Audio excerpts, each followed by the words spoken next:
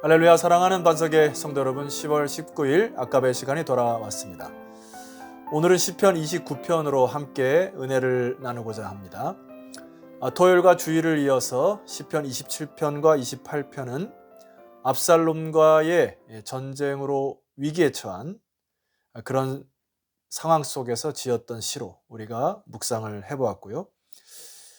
그 뒤를 이은 오늘 시편 29편은 이제 현실로 다가온 뒤에 다윗이 그 마음을 가지고 쓰여진 시로 해석되어집니다. 이 시를 묵상하면서 이 시의 배경에 대한 것이 무엇일까를 묵상을 하다가 사무엘하 15장을 보시게 되면 다윗이 이제 압살롬에 쫓겨 도망가는 장면이 나오는데요. 그것이 배경이 되었으리라 예측이 됩니다. 13절 말씀 보시죠. 사무엘하 15장 13절. 전령이 다윗에게 와서 말하되 이스라엘의 인심이 다 압살롬에게 돌아갔나이다 한지라.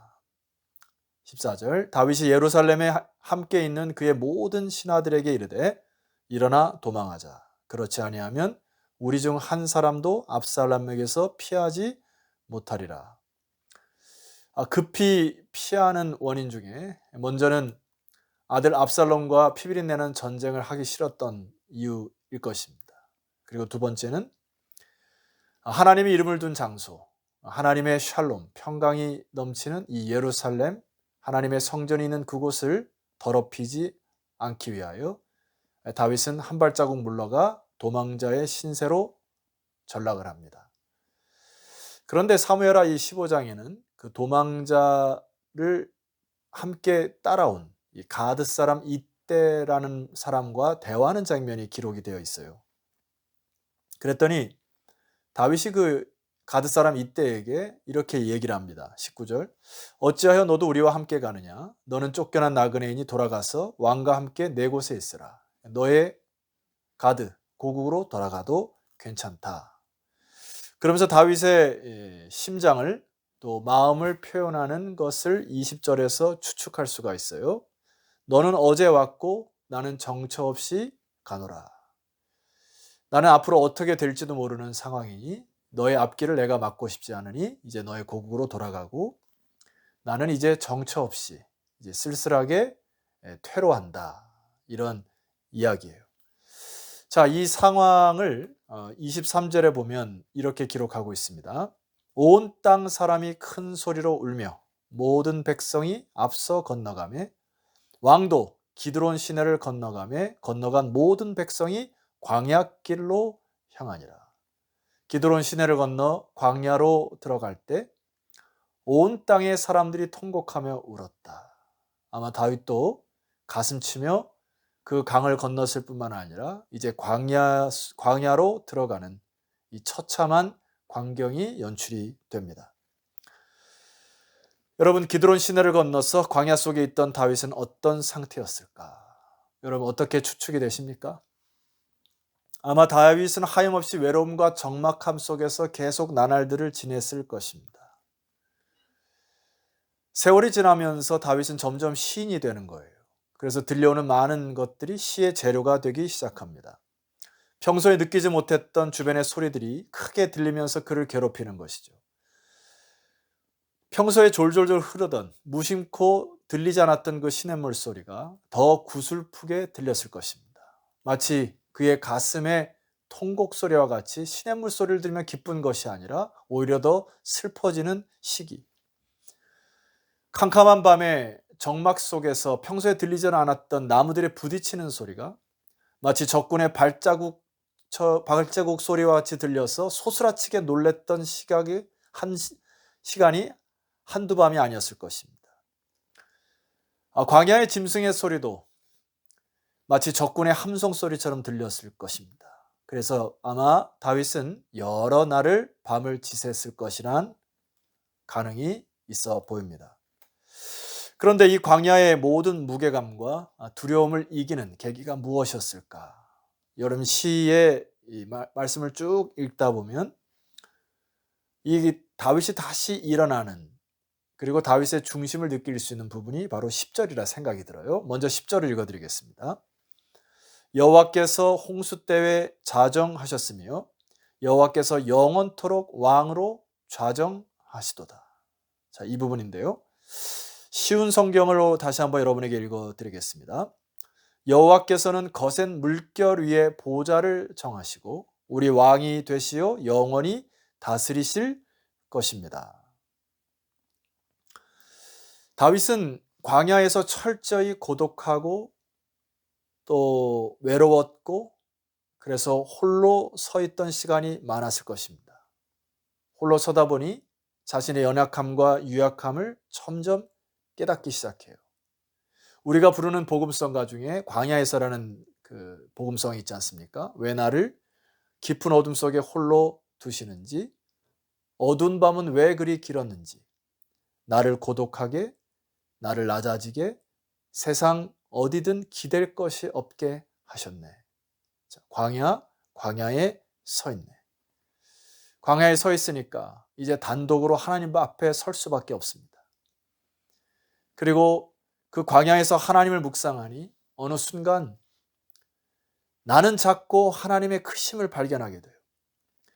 내가 두려워했던 것들이 하나님 묵상하니까 하나님의 크심 앞에서 서서히 그 두려움이 벗어지는 것을 느낍니다. 다윗은 하나님 앞에 홀로 선 단독자로 서서 하나님을 경험하고 만나는 이 순간과 감격들이 이제 다시 다른 시인으로 변하게 됩니다. 오늘 그 10절에서는 그것을 나타냈다는 생각해요. 여호와께서는 거센 물결 위에 뭐라고 표현합니까? 악으로 상징되는 이 거센 물결 그 위에 하나님은 보좌를 정하셨다. 그 위에 좌정하셨다. 세상의 그 어떠한 위험 속에서도 하나님은 그 위에 거하셔서 그분이 다스리시는 분이시구나. 내가 지금 나의 상황에 매몰되어 있지만은 다윗은 하나님 앞에 홀로선 단독자로서 본인을 묵상하고 본인의 삶을 다시 되새기고 이스라엘의 역사를 반추하고 또 성경을 통하여 하나님께서 이끄시는 이 온 우주의 역사를 반추해 보니까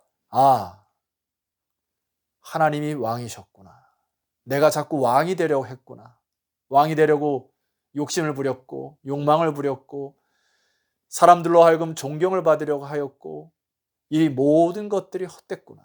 그러면서 다윗은 그 광야에서 왕 되신 하나님을 찬송하기 시작합니다. 여러분 이제 다윗의 입술의 고백이 달라지기 시작해요. 자연보다 무서운 것이 사람이죠. 사람의 소리, 광야에서 듣던 소리, 또 자연보다 더 무서운 사람들의 소리가 이제 달리 느껴지기 시작합니다. 그것이 1절에 포함됐다고 생각해요. 1절을 선포합니다. 너희 권능 있는 자들아 영광과 능력을 여호와께 돌리고 돌릴지어다. 땅과 하늘을 통틀어 이 세상의 권세를 가지고 천군 천사의 권세를 가진 모든 자들은 오로지 너희들의 능력과 영광을 하나님께 돌려야 하는 이유가 있다. 왜냐하면 하나님이 더 위대하시고 크시기 때문에. 그래서 2절 말씀 보니까 여호와께 그의 이름에 합당한 영광을 돌리며 거룩한 옷을 입고 여호와께 예배할지어다. 천상의 존재들이건 땅의 존재들이건 우리가 취해야 할 자세는 하나님 앞에 무릎 꿇어 하나님을 예배하는 그 자세를 다시 회복하자라고 하는 결단과 선포, 이것이 바로 1절과 2절에 기록되어 있습니다.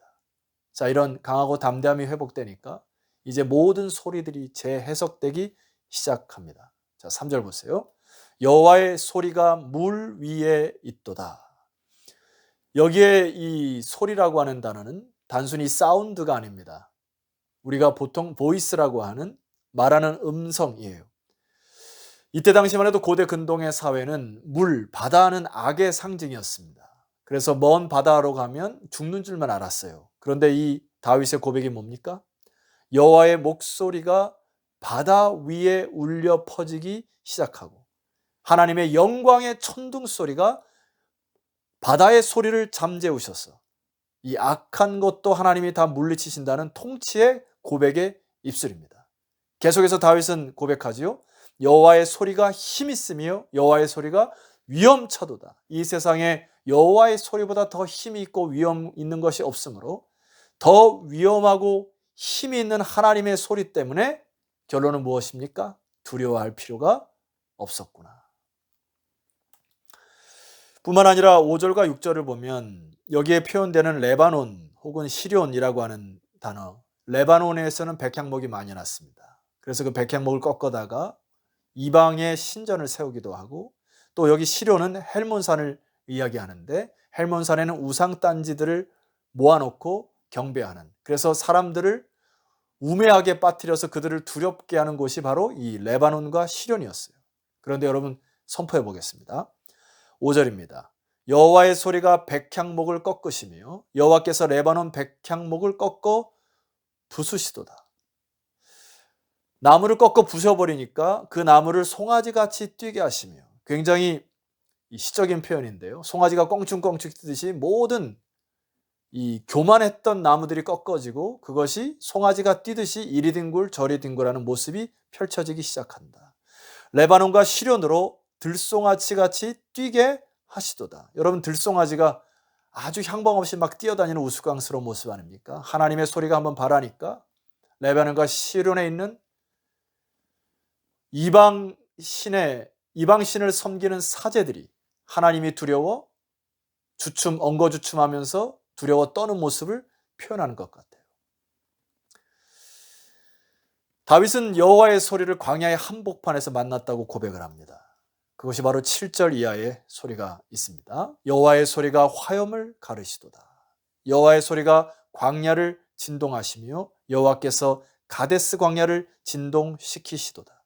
9절, 여호와의 소리가 암사슴을 낙태케 하시고 삼림을 말갛게 벗기시니. 여호와의 소리가 얼마나 크고 두려운지 새끼를 베고 있던 암사슴이 너무 놀라서 새끼가 떨어지듯 그런 현상이 벌어지고, 자, 이 벌어진 것처럼 이 모습에 빗대어서 하나님을 무시하고 하나님 없이 살았던 수많은 사람들이 쌓아왔던 성들, 그들의 노력들, 그들의 열매들을 하나님이 가만두시지 않는다는 겁니다. 여기 말씀 보니까 삼림을 말갛게 벗기시는 하나님이시다. 삼림, 번영과 번성으로 상징되는 그들이 쌓아놨던 모든 것들을 하나님이 한 소리로 다 말갛게 벗기시는 위엄의 하나님이시다. 여러분, 이러한 감동이 밀려오니 이제 그동안에 있었던 공고와 외로움, 그리고 잠 못 들던 다윗이 아닙니다. 다윗이 이 하나님을 경험하고 홀로선 단독자로서 하나님의 은혜를 경험하고 잠을 푹 잤다고 저는 확신이 돼요. 왜냐하면 11절이 있기 때문입니다. 여러분, 11절 읽어드리겠습니다. 여호와께서 자기 백성에게 힘을 주시며 여호와께서 자기 백성에게 평강의 복을 주시리로다. 하나님은 자기 백성에게 온통 마음이 빼앗겨 있다는 것을 다윗이 깨달은 거예요. 하나님은 자기 백성에게 힘을 주시고자 안달나 하시는 분임을 깨달은 겁니다. 하나님은 자기 백성에게 평강의 복을 주시고자 지금도 은혜의 복을 쌓으셔서 그들에게 샬롬을 주시고자 기다리시는 하나님이십니다.